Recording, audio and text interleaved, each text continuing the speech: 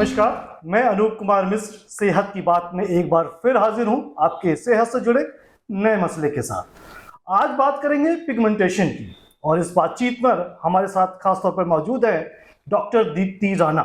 Doctor Deepti Rana max hospital के साथ जुड़ी हुई हैं और साथ ही दिल्ली शहर का एक जाना माना नाम भी है। डॉक्टर दीप्ति, आपका न्यूज़ 18 हिंदी में बहुत बहुत स्वागत है।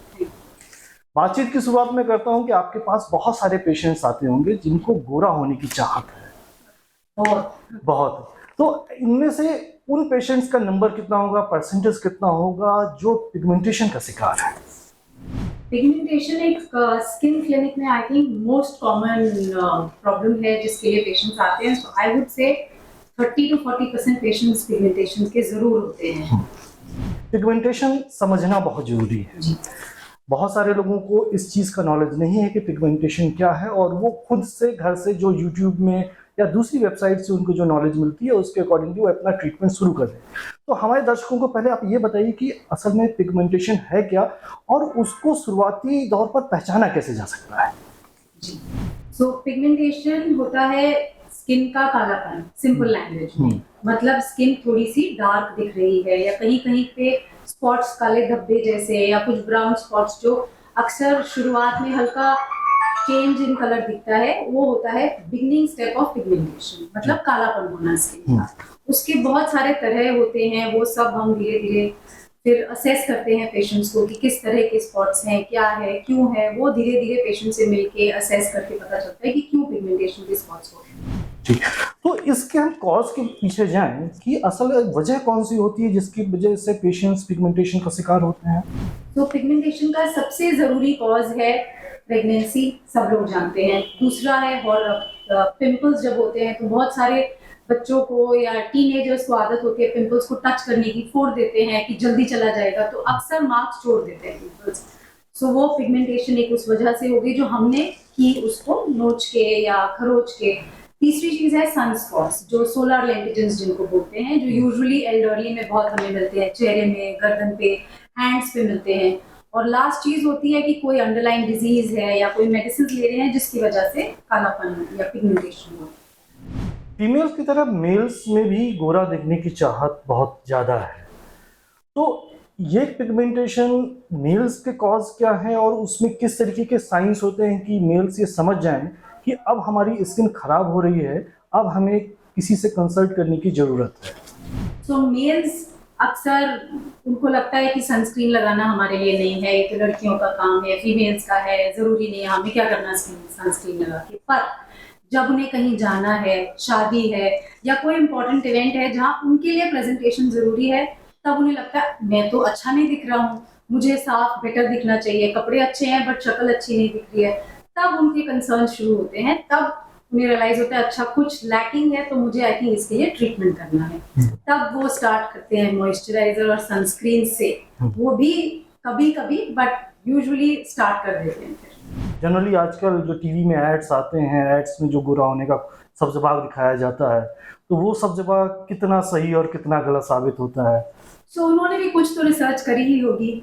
सो थोड़ा बहुत ठीक है, हाँ, वो भी प्रेशराइज तो सब लोग करते हैं कि सनस्क्रीन लगा के बाहर निकलिए, अलग तरह की सनस्क्रीन होती है, मॉइस्चराइजर लगा के निकलिए। बट जो बाकी घर के किचन से जो लेके आते हैं वो थोड़ा कभी कभी डेंजरस हो जाता है। हेल्प करेगा ठीक है, जैसे एलोवेरा लगा लिया गोरे हो गए, या हल्दी लगा ली, चंदन लगा लिया, बचपन से सूखते आ रहे हैं हम, चीजें हेल्प कर सकती हैं, बट इनसे कभी कभी बहुत ज्यादा खराब रिएक्शंस होते हैं। तो मैं कहूंगी कि एटलीस्ट होम रेमेडीज उतना ज्यादा ना फॉलो करें, तो एटलीस्ट रिएक्शंस नहीं होंगे, हम स्किन की हेल्प करने की जगह उसका डैमेज ना करें। थोड़ा सा डिटेल में बताएंगे कि जो होम रेमेडीज हैं, जो किचन के ऐसे कौन सी इंग्रेडिएंट्स हैं जो हमें नुकसान पहुंचा सकते हैं, इनसे हमें खास तौर पर बच के रहना चाहिए और उससे किस तरीके के नुकसान होते हैं?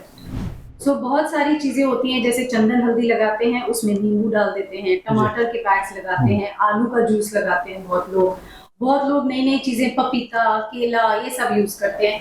ठीक है, जब तक आपको रिएक्शन नहीं हो रहा है करिए, बट जिस दिन हुआ फिर देन उसके लिए फिर बैकवर्ड्स जाना मुश्किल हो जाएगा, फिर उससे आगे ट्रीटमेंट फिर थोड़ा डिफिकल्ट हो जाता है, क्योंकि उससे अगर कुछ डैमेज हुआ या इंजरी हुई तो फिर वो पैच या पिगमेंटेशन परमानेंट हो सकता है, जिसको ठीक करना मुश्किल हो जाता है।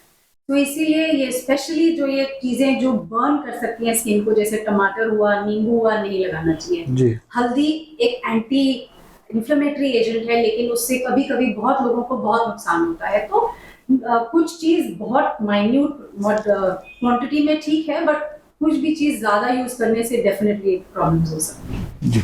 आगे बात करते हैं, बहुत सारे लोग अब लापरवाह अंदाज में कह देते हैं कि कुछ नहीं, ठीक हो जाएगा, चलता है। पिगमेंटेशन क्या अपने आप ठीक हो सकता है? अक्सर पिगमेंटेशन जो थोड़ा सा सनबर्न से हुआ या किसी क्रीम लगाने से थोड़ा मार्क हो गया, ठीक है, चला जाएगा, विद एज चला जाएगा। पिंपल्स के मार्क्स हैं, विद एज चले जाते हैं। लेकिन जो ये माइंडसेट है लोगों का कि हाँ ये चली जाएगी, छोड़ दो, कुछ नहीं होता, फालतू के चोचले हैं, तब अगर चीज परमानेंट हो जाती है, तब पेशेंट्स आते हैं, तब फिर हमारे लिए भी मुश्किल हो जाता है उसको करेक्ट करना। जैसे झाइयाँ हैं, melasma, most common form of pigmentation, females males दोनों में कॉमन होती है। बट उसके लिए बहुत लोग ये सोचते हैं कि पिगमेंटेशन है, चली जाएगी, कोई बात नहीं। बड़े बूढ़े बोलते हैं अरे ये सब ढक लो, मेकअप से चला जाएगा। मेकअप भी कितना काम करेगा? तो इसीलिए वहां पे जरूरी होता है आप वहां फर्स्ट स्टेप पे ही ट्रीटमेंट करेंगे। बिगिनिंग में माइल्ड ट्रीटमेंट्स होती हैं जो एक्चुअली में पिगमेंटेशन में हेल्प करती हैं, बट उसको जितना डिले करेंगे उतना वो परमानेंट हो जाता है। अच्छा, आगे हम बात करें खाने की। पिगमेंटेशन के लिए खाना कितने जिम्मेदार है और क्या खाने से पिगमेंटेशन सही हो सकता है? सो खाने और पिगमेंटेशन का डायरेक्टली कोई रिलेशन नहीं है, बट खाने और स्किन का बहुत रिलेशन है। जितना आप पानी पिएंगे उतनी हाइड्रेटेड स्किन रहेगी, जितने आप फ्रूट्स और वेजिटेबल्स कंज्यूम करेंगे, सब जानते हैं, उतनी स्किन पे रिफ्लेक्ट होगा। वही सेम थिंग, जितना वेजिटेबल्स होगी, सैलड्स होगा, ये सब पे, एंड प्रोटीन इनटेक अच्छा होगा, सो ऑब्वियसली स्किन पे रिफ्लेक्ट अच्छा होगा। जितनी अंदर से हाइड्रेटेड रहेगी स्किन, उतना ही स्किन पे दिखेगी। आजकल लेज़र ट्रीटमेंट का बहुत शोर शराबा है, ज़्यादातर लोग लेज़र ट्रीटमेंट की तरफ जा रहे हैं। पिगमेंटेशन में लेज़र ट्रीटमेंट कितना हेल्पफुल है और हमें किस स्टेज पे लेज़र ट्रीटमेंट की तरफ जाना चाहिए, कब तक हमें उससे बच के रहना चाहिए? तो बच के रहना is a wrong thought process. हमारे को जब हम एक डॉक्टर से मिल रहे हैं, एक डर्मेटोलॉजिस्ट जो ट्रेंड है इस पिगमेंटेशन को ट्रीट करने के लिए, उन्हें पता है किस स्टेप में हमें लेजर करना है, किस स्टेप में नहीं करना है। आप लोग जाके ना बोले पेशेंट को, डॉक्टर को कि हाँ ये कर दो, और फिर उसके बाद फिर ये क्यों किया, उस डॉक्टर ने किया तो ऐसे हो गया। इसीलिए स्टेजेस होती हैं, कब हम क्रीम से हेल्प कर सकते हैं, कब कुछ और प्रोसीजर्स जैसे केमिकल पील्स हो गए या बाकी फेशियल्स हो गए उससे हेल्प हो जाए। अगर नहीं बेटर होता है तो साथ में लेजर्स में काफी हेल्प होता है, बिकॉज लेजर्स थोड़ा डीपर लेयर में काम करते हैं जो पिगमेंटेशन डीप लेयर की पिगमेंट को हटाने को हेल्प करते हैं। यदि हम पिगमेंटेशन के इनके टाइप्स की बात करें तो पिगमेंटेशन कितनी तरह का होता है और किस किस तरीके से चेहरे में रिफ्लेक्ट करता है?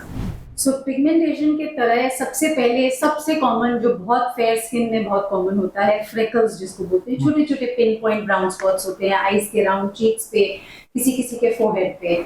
यूजुअली कॉमन होता है फेयर स्किन में, बट जरूरी नहीं है, सबको हो सकता है। देन उसके बाद नेक्स्ट स्टेप आता है मेलाज्मा, जो यूजुअली जिसको मास्क ऑफ प्रेगनेंसी बोलते हैं, जो मेरे प्रेगनेंसी में होता है। चेहरे पे चीक्स के टॉप पार्ट पे होता है, नोज पे हो सकता है, अपर लिप के ऊपर हो सकता है, फोरहेड में। बहुत कॉमन फॉर्म ऑफ पिगमेंटेशन है। तीसरी चीज है सन रिलेटेड सनस्पॉट्स, जो एज अबव 50 अबव 40 इयर्स में कॉमन होता है। चेहरे पे एक ब्राउन स्पॉट बहुत दिनों से पड़ा होगा, सडनली उसका साइज धीरे धीरे बढ़ने लगता है। सो 2000 सनस्पॉट्स जो अडल्ट मतलब बूढ़े लोगों में ज्यादा कॉमन होता है। तीसरी चीज है जो हमने खुद से करी है, जैसे कोई दाग हुआ उसको हटाने के लिए क्रीम लगाई, कुछ पिंपल हुआ उसे फोड़ दिया तो वो दाग रह गया, तो ये सब हमने करी हुई पिगमेंटेशन है। So post inflammatory pigmentation. आखिर में हम फिर से एक बार होम रेमेडी पे ही आते हैं कि ऐसी कौन सी होम रेमेडीज हैं जिससे हम अपनी स्किन को घर में रह के बेहतर बना सकते हैं विदाउट मेडिसिन? पानी, हाइड्रेट हाइड्रेट हाइड्रेट, जितना आप पानी पिएंगे अंदर से हाइड्रेटेड होगी स्किन, डेफिनेटली चमकेगी। दूसरी चीज, अच्छे से सोइए 6 to 8 hours, proper stress free sleep होनी चाहिए। जितना आप कंफर्टेबली पीसफुली सोएंगे वो रिफ्लेक्ट करेगा। स्ट्रेस फ्री लाइफ इजी है मेरे लिए बोलना, बट स्ट्रेस फ्री के लिए एक्सरसाइज जितना करेंगे उतना बेटर होगा। फूड प्रॉपर मॉडरेशन में, अच्छी डाइट लेंगे तो स्किन पे अच्छे से रिफ्लेक्ट। तो ये थी आपके स्किन की सेहत की बात। जल्द ही आपकी सेहत से जुड़े एक नए टॉपिक के साथ फिर हाजिर होऊंगा। तब तक के लिए दीजिए इजाजत। नमस्कार।